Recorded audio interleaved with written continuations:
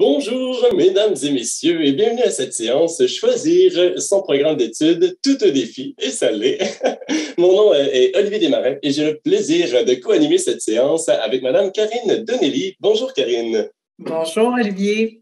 C'est un plaisir de t'avoir avec nous aujourd'hui. Donc, avant de se lancer, là, je vous rappelle qu'on a toutes sortes d'événements là, qui sont en place à l'heure où on se parle. Donc, pour connaître la programmation en entier, je vous invite à aller visiter sur notre site Internet les rendez-vous des futurs étudiants. C'est en cours, plein d'événements prévus pour le reste de la semaine et puis jusqu'au 25 février. Donc, avant de commencer, je mentionne tout simplement, là, comme vous pouvez le constater, vos micros et caméras sont présentement fermés et le seront là, tout au long de la présentation. Si vous désirez intervenir, poser des questions, je vous invite à utiliser la rubrique Q&R ou Q&A dans le bas de votre écran pour poser vos questions. Ça nous fera un plaisir d'y répondre vers la fin de la présentation. Une présentation d'une durée d'environ 30 à 40 minutes. Donc, voilà, c'est dit. Donc, allons-y, on se lance. Karine, donc, tu es conseillère en orientation. C'est quoi ça, une conseillère en orientation? C'est quoi ça? En fait, il y en a peut-être qui ont déjà rencontré des conseillers d'orientation par le passé. Je dirais qu'à l'Université de Montréal, on a une belle liberté pour accompagner les étudiants. Dans le fond, les conseillers d'orientation, nous, on existe pour guider les gens, pour les accompagner dans une réflexion sur eux-mêmes, afin de préciser, d'avoir une meilleure idée de qui ils sont, leurs intérêts, leurs forces, leurs valeurs, même leurs enjeux des fois. Donc, on les accompagne un peu dans cette réflexion-là pour qu'ils puissent avoir une meilleure idée de qui ils sont et donc de trouver un projet de carrière qui leur ressemble. Donc, on travaille un peu à ce niveau-là à l'université. Je sais qu'il y en a déjà des fois qui ont vu des conseillers d'orientation au secondaire, qui ont passé un test. Là. On est ailleurs à l'université. Puis je sais aussi que les gens qui viennent d'ailleurs, ils ont une autre perception. Les conseillers d'orientation, par exemple, en France, c'est vraiment autre chose. Donc, voilà. Oui, c'est une belle expérience pour l'avoir fait. Dans le trimestre dernier, j'ai sollicité vos services en réalité. Et puis, c'est ça, c'est un beau plongeon vers nous-mêmes. Ça nous aide à nous poser toutes sortes de questions auxquelles on ne penserait pas nécessairement. Ça alimente la réflexion pour trouver des réponses, pour choisir, entre autres, un programme d'études, la raison pour laquelle on est réunis aujourd'hui. Puis, est-ce que ça t'a aidé, Olivier? Ça m'a beaucoup aidé, ça l'a éclairci. Justement, j'étais tout mêlé, comme on pourrait dire, mélangé entre plusieurs idées de projets et tout ça. Et puis, ouais, ça m'a aidé à y voir plus clair, à identifier exactement la direction là, dans laquelle j'avais envie de me diriger. Tout à fait. Super. Ben voilà. Et voilà, donc on reçoit pas malheureusement de réponse dans le sens où on va pas là pour se faire dire voici ce que tu feras comme le choix pour dans Harry Potter. C'est vraiment un accompagnement de réflexion et puis au fond c'est intéressant parce qu'on va vraiment trouver les réponses au fond de nous-mêmes. Exactement. On n'a pas la prétention de savoir qu'est-ce que les gens doivent faire. On ne peut pas donner des suggestions de profession parce que c'est un choix qui est tellement grand dans une vie, faire un choix de carrière. Qui on est, nous, pour savoir ce que les gens doivent faire, mais on peut quand même les aider à trouver des réponses, des solutions. Puis je vais expliquer un petit peu tantôt, un peu plus en détail comment on fait ça, en fait. Excellent. Ben justement, si tu as envie, on pourrait se lancer, là, voir un peu un aperçu là, de ce qu'on verra dans cette présentation, dans la perspective là, de trouver un choix de programme. Donc, ça s'adresse autant à quelqu'un là, qui ne sait pas trop vers quoi se diriger. C'était mon cas à l'automne. Ça peut également être pour trouver un plan B, un plan C. On sait dans la demande d'admission, on peut indiquer plus d'un choix de programme. Ça peut être intéressant d'explorer les horizons pour se trouver des choix alternatifs. Et puis, les réflexions qu'on aura durant cette présentation nous aideront à y voir plus clair. Super. Bien, parfait. Bien, bienvenue, en fait, à l'atelier Choisir son programme d'études, tout un défi. Et le titre est très évocateur parce que c'est vrai que c'est un défi de choisir son programme d'études. Souvent, quand on est au secondaire, au lycée, pour certains, là, je sais que tout le monde, il y a des parcours différents, mais on a toujours une étape après. On garde le statut d'étudiant assez longtemps. Mais à l'université, l'étape d'après, c'est le marché du travail. Donc, c'est sûr que ça peut être plus déstabilisant, plus difficile ça peut nous faire peur un peu cette étape-là. Donc, on va essayer de comprendre ensemble pourquoi, en fait, c'est quoi les raisons qui fait que ça peut être difficile autant c'est pas pour tout le monde. Il y en a qui on dirait qu'ils ont une facilité ou ils se lancent dans quelque chose puis ils vivent peut-être ça moins intensément, mais il y en a pour qui ça peut être très, très, on va dire même très souffrant, là, d'être mêlé, de se sentir perdu. Donc, on va essayer de comprendre pourquoi, puis on va tenter d'identifier aussi des moyens, des outils pour savoir quoi faire dans ces moments-là. Je sais qu'il y en a qui viennent beaucoup de parcours différents, comme je mentionnais tout à l'heure. Sûrement qu'il y a des collégiens qui s'apprêtent à faire une demande pour un programme d'études à l'université. On a peut-être aussi des gens qui sont déjà dans un programme d'études et qui aimeraient changer, ils ne sont pas satisfaits, ils trouvent qu'ils ont fait peut-être un mauvais choix, puis là, ils se sentent un peu perdus là-dedans. Donc, il y a peut-être des universitaires en ce moment qui nous regardent. Il y a aussi des gens qui peuvent faire un choix de carrière à 20 ans. Puis moi, j'en vois souvent dans ma pratique des gens puis surtout avec tout ce qui s'est passé, la pandémie, qui se remettent en question puis qui décident de faire un changement de carrière à 45, 50, 55 ans. Donc, il y a vraiment toutes sortes de raisons pourquoi on viendrait consulter en orientation. Il y a des gens aussi parmi vous, sûrement, qui venez d'ailleurs, vous êtes ici, vous allez vivre une première expérience d'études au Québec. Ça vient brasser plein de choses. Il y a plein de questionnements, de bouleversements aussi. Donc, puis il y a peut-être des parents aussi. Je vous salue parce que je sais quand je fais l'atelier en présentiel, vous êtes souvent présents, mais je vais m'adresser à vos jeunes en ce moment. Mais vous pouvez rester là, ça me fait plaisir. Donc, on peut changer peut-être sommairement, en fond, peu importe, comme je dis, tout le monde a un peu ses raisons, proviennent un peu partout, mais peu importe d'où vous venez et pourquoi vous êtes ici aujourd'hui, dans le fond, vous avez un choix à faire. Vous avez un choix à faire concernant votre parcours d'études. Vous avez une décision à prendre bientôt. Puis ça se peut, et même, je dirais que c'est presque... c'est certain, en fait, que ce choix-là peut faire vivre des émotions positives. Il y en a pour qui ils savent qu'est-ce qu'ils veulent faire, sont super excités, sont super... Tant mieux pour vous autres, mais il y en a aussi que ça peut faire vivre des émotions beaucoup plus difficiles, du stress, de l'anxiété. Le stress, on vit ça quand il y a quelque chose de nouveau. Les ingrédients du stress, la nouveauté, l'imprévisibilité, l'ego menacé et... Le manque de contrôle, excuse-moi. Donc, puis l'université, l'entrée à l'université, ça compose tout ça, c'est imprévu, on ne sait pas comment on va vivre, nos cours vont ressembler à quoi, notre choix, est-ce qu'on va vraiment l'aimer? Donc, c'est normal de ressentir du stress. Tous les ingrédients sont là, en fait. Fait que, je le répète, c'est normal. Il y a aussi des solutions pour tolérer un peu toute cette incertitude-là que vous vivez en ce moment. Puis comment, en fait, comment faire ce choix-là? Comment savoir si on a fait le bon choix, si ce choix-là va être bon pour tout le restant de notre vie? Il y a beaucoup de gens qui se marient puis qui se divorcent.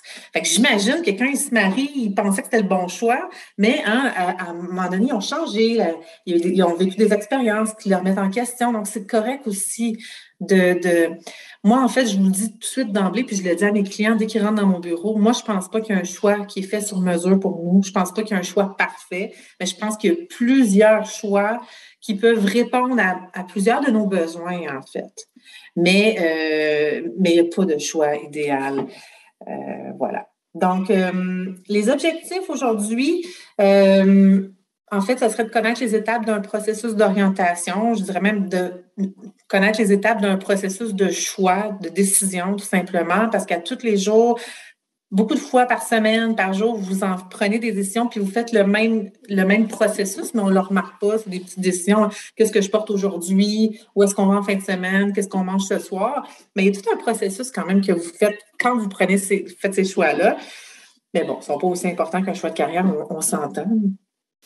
Identifier aussi les éléments d'un bon choix. Encore, je le marque bon choix, même si je n'y crois pas, parce que c'est ça que les gens disent. Moi, je veux faire le bon choix. C'est bien important pour moi. Il faut que ce soit le bon choix. On se met une belle pression. Puis de préciser, dans le fond, les différents aspects à considérer quand on fait un choix de programme d'études, un choix de carrière, en général.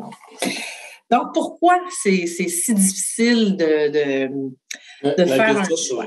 sur toutes les lèvres, effectivement, tu l'as nommé, là, des fois, ça peut être vraiment difficile de faire ce choix-là, peu importe où on est là, dans les étapes. On s'imagine souvent, là, en finissant le secondaire, finissant le cégep, je vais finir par le savoir, mais pas nécessairement. Comment ça se fait que ça peut être aussi complexe, finalement, faire ce choix-là?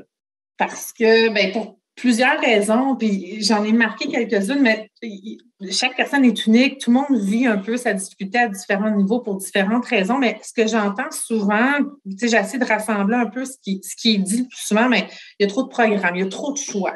Comment je peux savoir lequel qui est bon? Tu sais, il y a d'autres, on va dire, il y a d'autres, mais par exemple, en France, après le lycée, on a 3 choix, on se dirige à quelque chose de plus mécanique, plus simple, mais qui peut faire vivre aussi, qui peut avoir beaucoup d'inconvénients. Comme avoir beaucoup de choix, c'est le fun, hein, le American Dream, là, tout est possible, sky is the limit, là, mais en même temps, ça peut être difficile quand on est là-dedans, parce qu'au final, on va faire un choix de programme, on choisit une profession. Mais oui, on peut avoir l'impression des fois qu'il y a tellement de choses. Difficulté à savoir ce qui me passionne. Moi, j'entends beaucoup ça. Moi, j'ai pas de passion.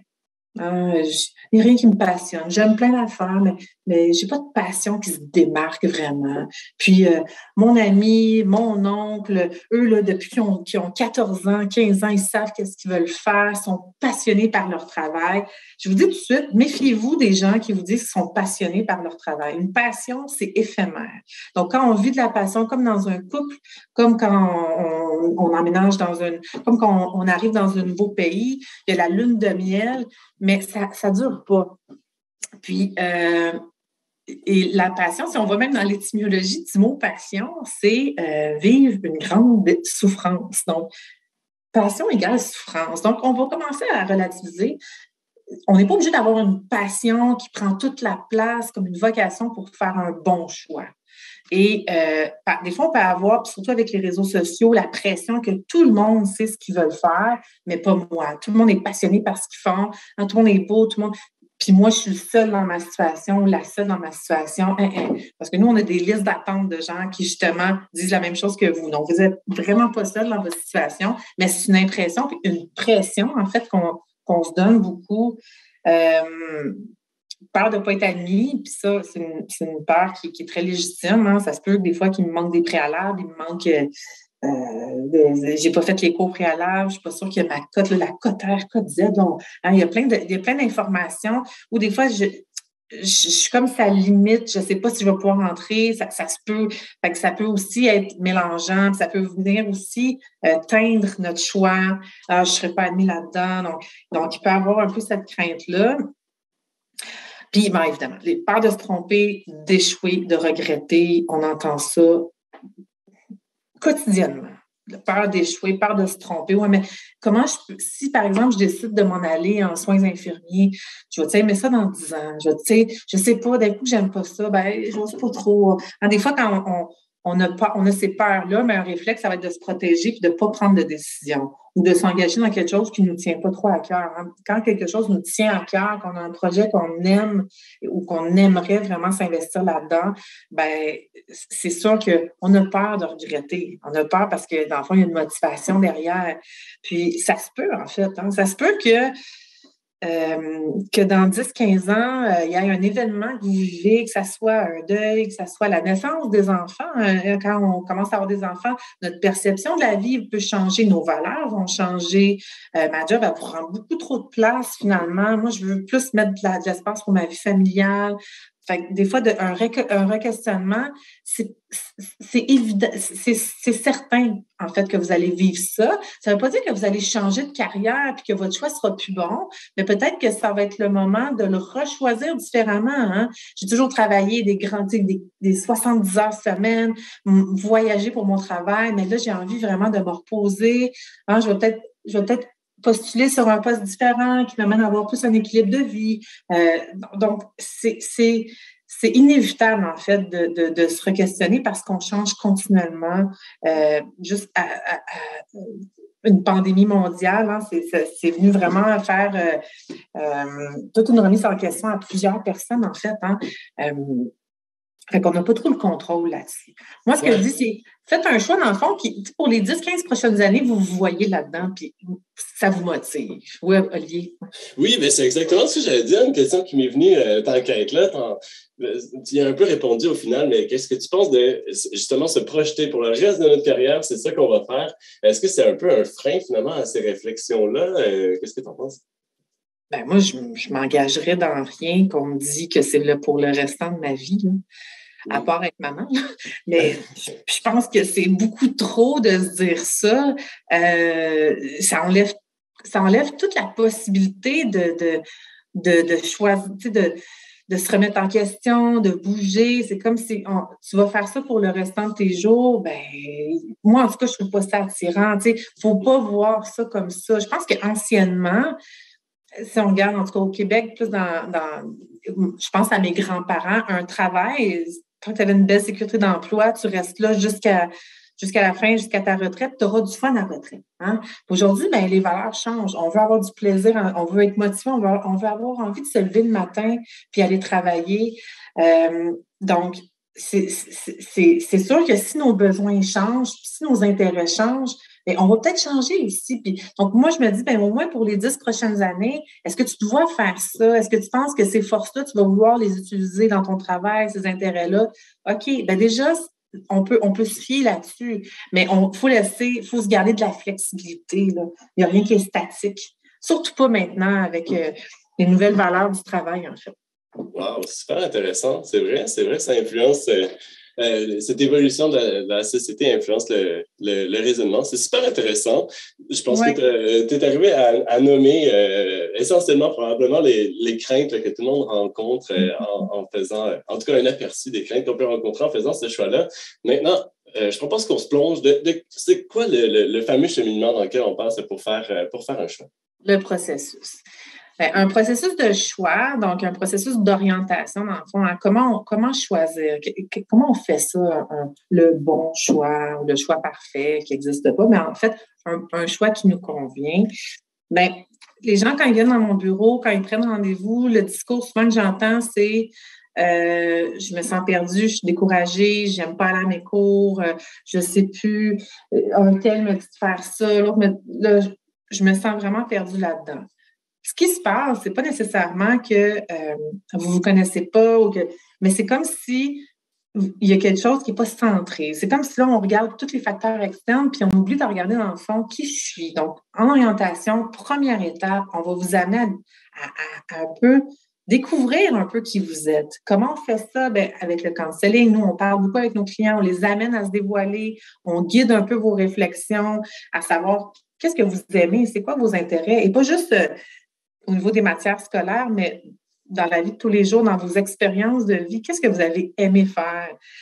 Excusez-moi, c'est quoi les activités que vous faites et que vous ne voyez pas le temps passer? C'est qu'on peut même oublier des fois qu'on a faim. C'est quoi vos forces? Qu'est-ce que les gens vous disent autour de vous qui ah oui, toi, tu es bon là-dedans. Quand j'ai besoin de conseils, c'est toujours toi que je vais voir. Tu m'écoutes, tu as une bonne écoute. Alors, si j'ai besoin de réparer quelque chose, c'est sûr que je t'appelle parce que tu as une bonne dextérité manuelle, tu es bon là-dedans, tu as des bonnes idées. Là, j'ai besoin de trouver une solution, aide-moi. Donc, de voir un peu, bien, c'est quoi mon rôle au sein de ma gang d'amis, dans ma famille, dans mes emplois? C'est quoi les forces que j'ai développées? Puis même dans vos emplois, j'ai travaillé, par exemple, comme à la caisse chez McDonald's pendant 6 mois. C'est un emploi étudiant, mais qu'est-ce que vous avez développé là-dedans que vous aimeriez retrouver peut-être dans votre emploi? Donc, moi, j'amène beaucoup les étudiants, mes clients à faire un peu ce bilan-là, cette réflexion-là. Au niveau de votre personnalité aussi, hein, moi, je suis un peu réservée, je suis un peu timide, OK, mais comment ça pourrait être un atout dans un emploi au lieu de vous dire, ben, je ne peux pas faire ça, je suis trop timide. Par exemple, je sais pas moi, je suis très intellectuelle ou je regarde beaucoup les détails. Tout ce qui est estimation, inspection. Moi, ma comptable, j'aime beaucoup mieux qu'elle soit comme ça, qu'elle soit un peu plus lousse. Donc, on a tous des forces, une personnalité. Je suis anxieux, donc moi, ça me prend plus de temps de prendre des décisions. OK, donc on n'ira pas dans un emploi, par exemple, qu'il faut que je prenne des décisions médecin à l'urgence, là, rapidement. Donc, il y a on est très complexe, finalement. Hein? On est des petites machines très complexes, puis c'est intéressant de faire le ménage un peu dans qui on est, ce qu'on appelle notre dynamique vocationnelle, afin de déterminer quels sont mes critères. Donc, dans tous ces intérêts-là, quels intérêts je veux quotidiennement, le plus souvent possible, vivre dans mon travail? C'est quoi les forces, les 2-3 forces que j'ai, que ça, là, faut que je fasse ça parce que quand je fais ça, c'est facile, j'aime ça, le temps passe vite. Quelle valeur aussi prend beaucoup de place pour moi? Qu'est-ce qui est important? Quelle cause m'intéresse, m'attire? Donc, on vous accompagne dans cette réflexion-là pour déterminer quels sont vos critères. Un peu comme quand on fait un gâteau, il faut avoir les ingrédients pour faire notre gâteau. On ne sait pas le résultat va ressembler à quoi, mais au moins, on a les bons ingrédients. C'est la même chose. Dans le fond, c'est important de déterminer vos ingrédients de choix de carrière. Hein. Qu'est-ce que ça prend absolument? Puis, je donne un petit exemple. Là. Je ne sais pas si j'ai le temps. Là, tu me reviens. Oui, allons-y avec un exemple. Mais je prends, tu sais, des fois, moi, je fais beaucoup de parallèles avec la vie de couple. Hein. Si vous voulez rencontrer quelqu'un ou vous voulez vous engager dans une relation puis que vous ne savez pas ce que vous voulez, qu'est-ce qui arrive? Souvent, on se lance dans des relations, puis finalement, on vit des déceptions amoureuses, ça ne fonctionne pas, ça mène à des cul-de-sac, on est déçu, on est triste de ça. Tandis que si je fais une réflexion sur moi-même, je dirais, OK, bon, je tombe tout le temps sur des personnes comme ça, qu'est-ce que je veux vraiment? Moi, je veux quelqu'un qui fait du sport, je veux quelqu'un qui a un sens de l'humour, je veux rire, je veux quelqu'un qui aime voyager, qui a à peu près les mêmes valeurs familiales que moi. Là, je dresse vraiment des critères qu'on dit intrinsèques, là. C'est pas externe à moi, là. C'est pas quelqu'un de beau, puis non, c'est qu'est-ce que j'ai besoin pour m'attacher à m'engager. Et là, quand je vais voir cette personne-là, là, je risque d'avoir un déclic, puis de m'essayer, puis ça risque d'être un choix beaucoup plus dans lequel je vais beaucoup plus me maintenir à long terme. Donc, c'est la même chose pour toutes les grandes sphères de notre vie, que ce soit une carrière, que ce soit un choix de couple, où je veux vivre. C'est vraiment un choix qui demande une réflexion, puis il y a juste vous, en fait, qui pouvez faire cette réflexion-là, mais étant donné que oui, c'est pas facile, ben nous, on est là pour vous accompagner aussi là-dedans, parce que non, c'est pas facile. Des fois, on vit de la pression aussi externe, hein? Ouais, mais là, il faut que je fasse ça, sinon ma famille va être déçue. Donc, d'avoir un espace un peu à vous pour parler de ça puis réfléchir à ça. Donc, première étape, hein, je pense que c'est clair, c'est vraiment l'étape de bien se connaître, de faire un bon processus de connaissance de soi. Puis après, quand mes critères sont clairs, bien là, je peux aller voir qu'est-ce qui est cohérent, quelle profession est cohérente avec ces critères-là. En sachant ce que vous avez besoin, en sachant ce que vous voulez, en fait, vous allez voir que votre radar va être aiguisé un peu. Nous, on va vous donner des outils pour aller explorer justement les professions et pas tout le temps les mêmes. Hein. Si on parle, nomme-moi des professions, c'est pas mal tout le temps les 10 mêmes, là, médecin, avocat, ingénieur, enseignant, psychologue, infirmier, architecte, pompier, policier. Mais c'est souvent ça. Puis, en fait, des professions, des métiers, des métiers et professions au Québec, en ce moment, il y en a à peu près 1250. Fait que sortez un peu de ce que vous connaissez déjà, puis allez explorer un petit peu plus qu'est-ce qui existe, puis on va vous aider un peu à avoir des outils pour le faire. Puis finalement, la dernière étape qui, pour moi, est souvent négligée, les gens ne font pas ça et s'engagent, c'est la confrontation à la réalité. OK, oui, je veux être avocat, j'ai toutes les qualités, je me vois faire ça, c'est intéressant. J'ai vu ça dans les films beaucoup, hein, qu'est-ce qu'un avocat? Mais allez donc parler à quelqu'un qui fait ça. Posez vos questions. Allez vraiment vous confronter dans la vraie vie. Qu'est-ce que ça fait un avocat? Ah ouais, j'avais pas vu ça comme ça. Ouais, peut-être pas dans ce milieu-là, mais dans tel autre milieu. Prenez le temps vraiment d'aller vous confronter à votre choix. Moi, j'en vois beaucoup qui, par exemple, qui sont en enseignement, et puis après leur stage de fin d'année ou même de deuxième année, ils se disent ah, finalement, c'est pas ça que je veux faire. Là, ils ont fait 2 années. Là, ils n'ont pas envie finalement de reprendre, de se réengager, même si ça se fait, là, on peut changer de programme, là, mais c'est pas toujours ce qu'on veut. C'est pas toujours motivant de changer de programme. Donc, vraiment de prendre le temps d'aller vous confronter. Puis, il y a des moyens aussi, le site Academos, qui est une plateforme web où est-ce que vous pouvez vous inscrire très rapidement. Vous faites un profil, c'est très simple. Puis, vous pouvez rencontrer ce qu'on appelle des cybermentors. Dans le fond, c'est des gens de monsieur, madame, tout le monde qui pratiquent des métiers, des professions très, très générales, autant des médecins, des enseignants, des peintres, des architectes, des chauffeurs de grue. On peut vraiment aller partout.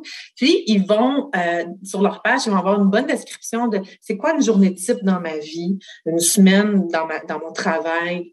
Pourquoi j'ai choisi ce travail-là? Qu'est-ce que j'aime? C'est quoi les intérêts qui m'ont amené à faire ce métier-là? Qu'est-ce que j'aime pas aussi de mon travail, qui des fois, tu sais, me dérange, mais j'arrive à faire des compromis. Et c'est quoi mon parcours académique? Qu'est-ce que j'ai fait pour me rendre là? Donc, ça vous donne des exemples concrets de gens qui pratiquent la profession que vous convoitez et que vous pouvez même les contacter pour avoir plus de renseignements. Et moi, j'encourage beaucoup mes étudiants, mes clients. Vas-y, va sur le terrain, va aux portes ouvertes, va à des soirées d'information, va voir. T'sais, là, on est beaucoup dans la discussion, mais va voir maintenant à quoi ça ressemble tout ça. Et ça va vraiment venir valider oui ou non, ça me tente pas. Donc, je vais poursuivre. Avant que tu voulais dire quelque chose, Olivier. Ben, je trouve que c'est un outil super intéressant. Académos, j'en prends bonne note. Oui. C'est vraiment super intéressant.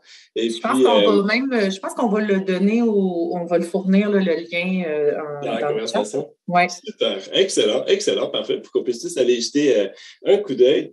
Ça me faisait penser un peu, là, on parlait là, des fameuses 10 professions là, qu'on a toujours en tête. Il y a aussi l'aspect là, qu'il y a énormément de rôles qu'on peut occuper dans différents domaines. Là. Par exemple, dans le domaine de la santé, oui, on pense à médecin, c'est probablement le premier rôle qu'on apprend, mais finalement, il y a tellement de gens qui travaillent dans ce domaine d'études. Ça peut être des avenues à explorer, j'imagine.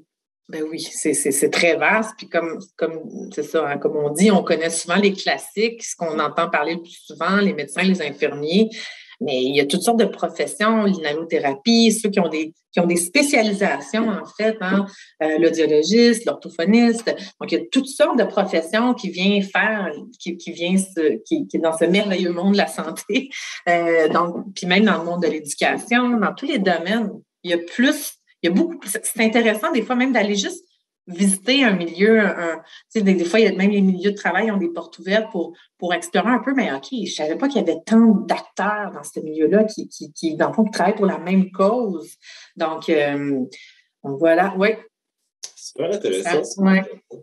Et puis, on a parlé un peu des pressions là, qu'on peut vivre. Comment on peut concilier avec ça? Je ne sais pas si c'est une question trop profonde, mais par exemple, la pression de la famille, des amis qui nous guident vers des domaines ou des éléments.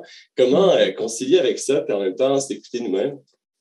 Bien, en fait, là, souvent, on nous fait vivre la pression parce que on a tendance à conseiller quelqu'un puis le pousser vers une voie quand on perçoit que cette personne-là est vraiment indécise, se sent fragile, ne sait pas où elle s'en va. Donc, les gens qui nous aiment veulent nous aider. C'est vraiment le but, c'est ça. Mais ce que ça fait, c'est que ça crée encore plus d'anxiété parce que là, le choix, il ne provient pas de moi, il provient des autres. Là, je veux y faire plaisir, je fais confiance, et c'est là qu'on peut vivre beaucoup de pression puis beaucoup de détresse.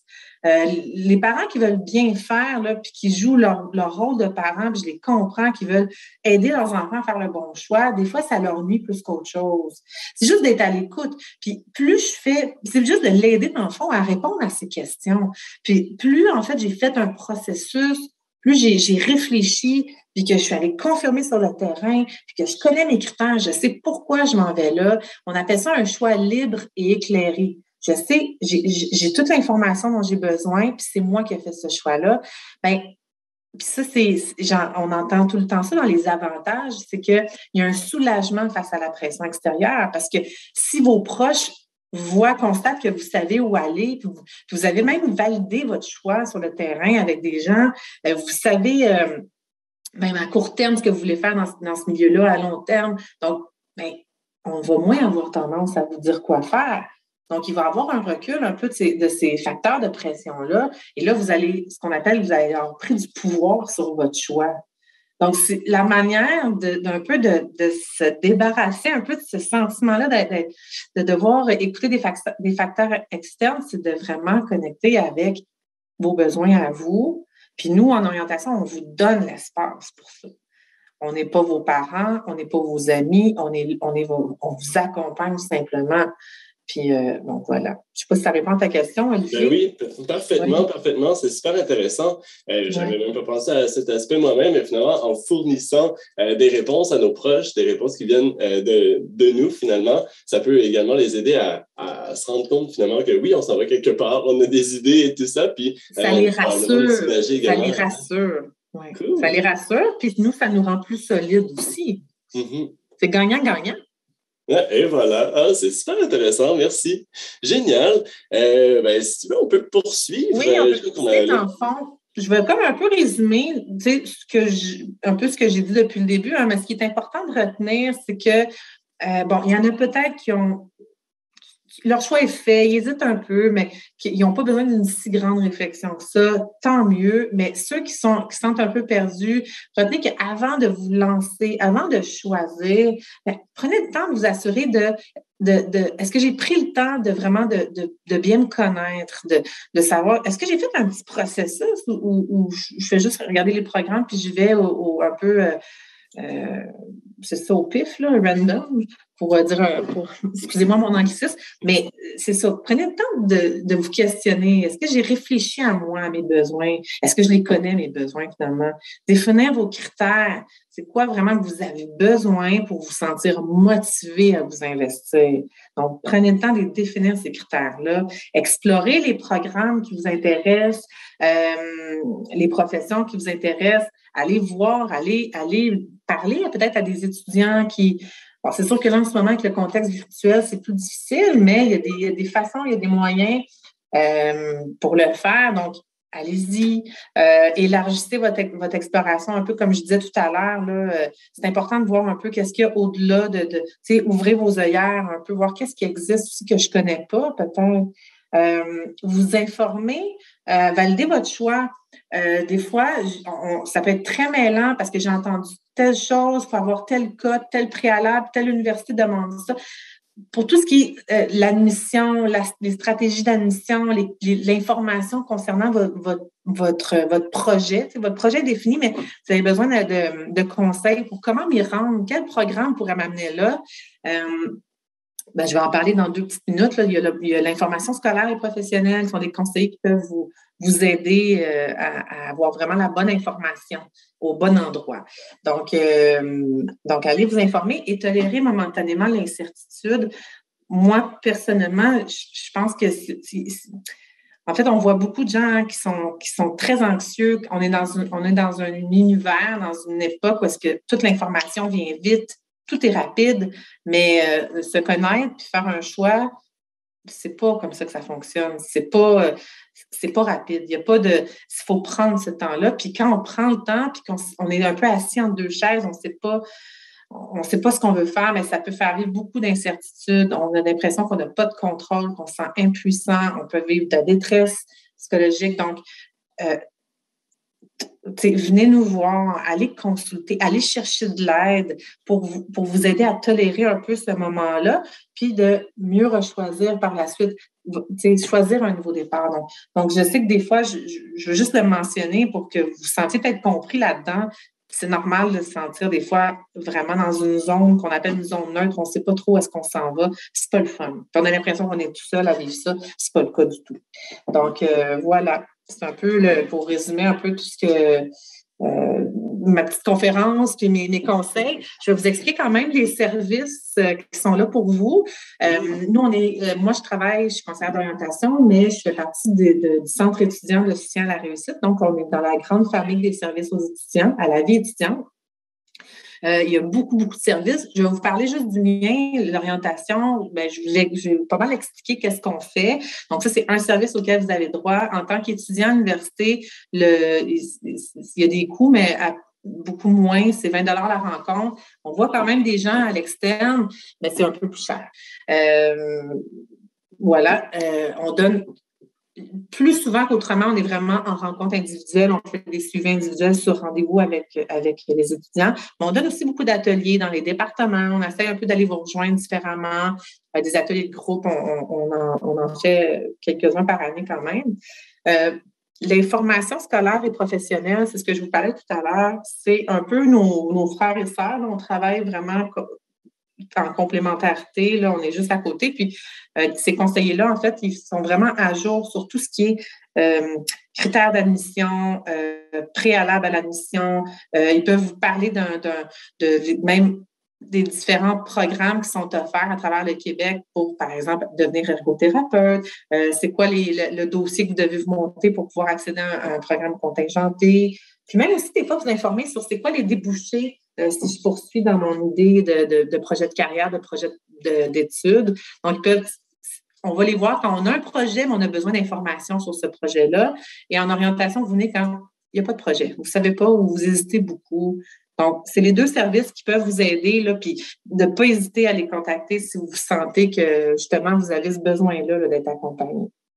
Donc, des fois, c'est justement des petites astuces, des petites informations qui vont nous permettre d'éclaircir la situation, d'avoir un portrait clair de ce qui s'en vient, des démarches à entreprendre et tout ça. Ça vaut définitivement la peine. Tout à fait. Eh bien, je propose qu'on se lance avec la période de questions. Du public, on n'a pas énormément de questions. Si vous en avez, n'hésitez pas à aller les indiquer dans la section Q&R. On en a reçu une. Je pense que ce serait intéressant d'en discuter. Ça concerne des options d'orientation quand on a un esprit artistique. C'est quoi les options qui s'offrent à nous sans nécessairement se diriger vers l'art appliqué nécessairement? Ben, je veux dire l'art oui, l'art visuel, par exemple. Oui, c'est ça. Mais c'est sûr que on pourrait se rencontrer pour en parler, parce que c'est sûr que la créativité, c'est un des critères, tu sais, exprimer ou utiliser ma créativité dans un travail. Je peux faire ça dans tellement d'emplois. Même moi, dans mon travail, je pense à l'enseignante, le prof d'université. Dès qu'on travaille avec des humains, il faut faire preuve de créativité juste pour créer le lien, trouver des idées pour, par exemple, convaincre quelqu'un, l'amener à faire un changement, trouver des idées pour attirer l'attention des gens, être créatif, faire la promotion de quelque chose. Donc, c'est là que c'est intéressant de voir, oui, on peut utiliser ça dans plein d'autres domaines que les arts visuels, les arts purs, mais évidemment, il faudrait qu'on évalue aussi les autres critères. On ne peut pas faire un choix juste avec ces critères-là, mais oui, j'ai confiance qu'on peut trouver ça dans plusieurs domaines, dans plusieurs choix de carrière. Je ne sais pas si ça répond. Oui, parfaitement. C'est intéressant, c'est une bonne question. Oui, ça veut dire qu'il n'y a pas juste une option. Là. On est artistique, on se dirige vers les arts visuels, par exemple. Ça peut s'appliquer de toutes sortes de manières. Puis en fonction des autres éléments de notre personnalité, nos intérêts, nos aptitudes, ça va nous guider vers un choix. C'est vraiment super intéressant. Je ne vois pas d'autres questions de la part du public. Et le temps file. Je crois qu'il faudra déjà... On arrive déjà à la fin, ça a été tellement agréable d'échanger. Merci beaucoup, Karine. J'ai pris beaucoup de temps, mais je veux juste vous dire, je souhaite à tout le monde vraiment je souhaite une belle vie universitaire, je souhaite vraiment une belle continuité, puis courage, on est là, puis amusez-vous. Et voilà, c'est l'essentiel. Excellent. Donc, si vous avez des questions sur le processus d'admission, on l'a mentionné, il y a les conseillers en information scolaire qui sont disponibles au César. Au service d'admission et du recrutement, on a également une équipe qui est disponible par courriel, téléphone et clavardage du lundi au vendredi pour pouvoir poser des questions sur le processus d'admission, dans le formulaire de demande d'admission et tout ça. Donc, on est disponible. Ce sera avec plaisir qu'on vous aidera à ce niveau-là. Comme on l'a mentionné un peu plus tôt, la séance actuelle est enregistrée et sera disponible sous peu sur notre site Internet dans les vidéos sur demande. Donc, si vous avez envie de revoir cette présentation, elle y sera. Mais il y aura également toutes les autres présentations là, qui sont en cours actuellement. Également, concernant l'admission, on en a plusieurs qui s'en viennent. Une qui suit tout de suite après pour l'admission pour les étudiants internationaux. Dans les jours qui viennent, on verra comment financer ses études. Et puis, toutes sortes d'éléments comme ça. J'invite à aller visiter les différents différents éléments prévus dans les prochains jours, et ce jusqu'au 25 janvier. Tout ça est sur notre site Internet dans les rendez-vous des futurs étudiants. Sinon, vous pouvez également nous suivre sur Instagram, c'est @umontréal.futurétudiant. Il y a plusieurs ambassadeurs dans différents programmes qui viennent de différents endroits qui partagent leur expérience en tant qu'étudiant à l'Université de Montréal. Donc, merci encore une fois, Karine. Ça a été un immense plaisir. Merci à tout le monde qui a été avec nous aujourd'hui. Et puis, on vous souhaite un beau processus d'admission et processus pour trouver votre programme d'études.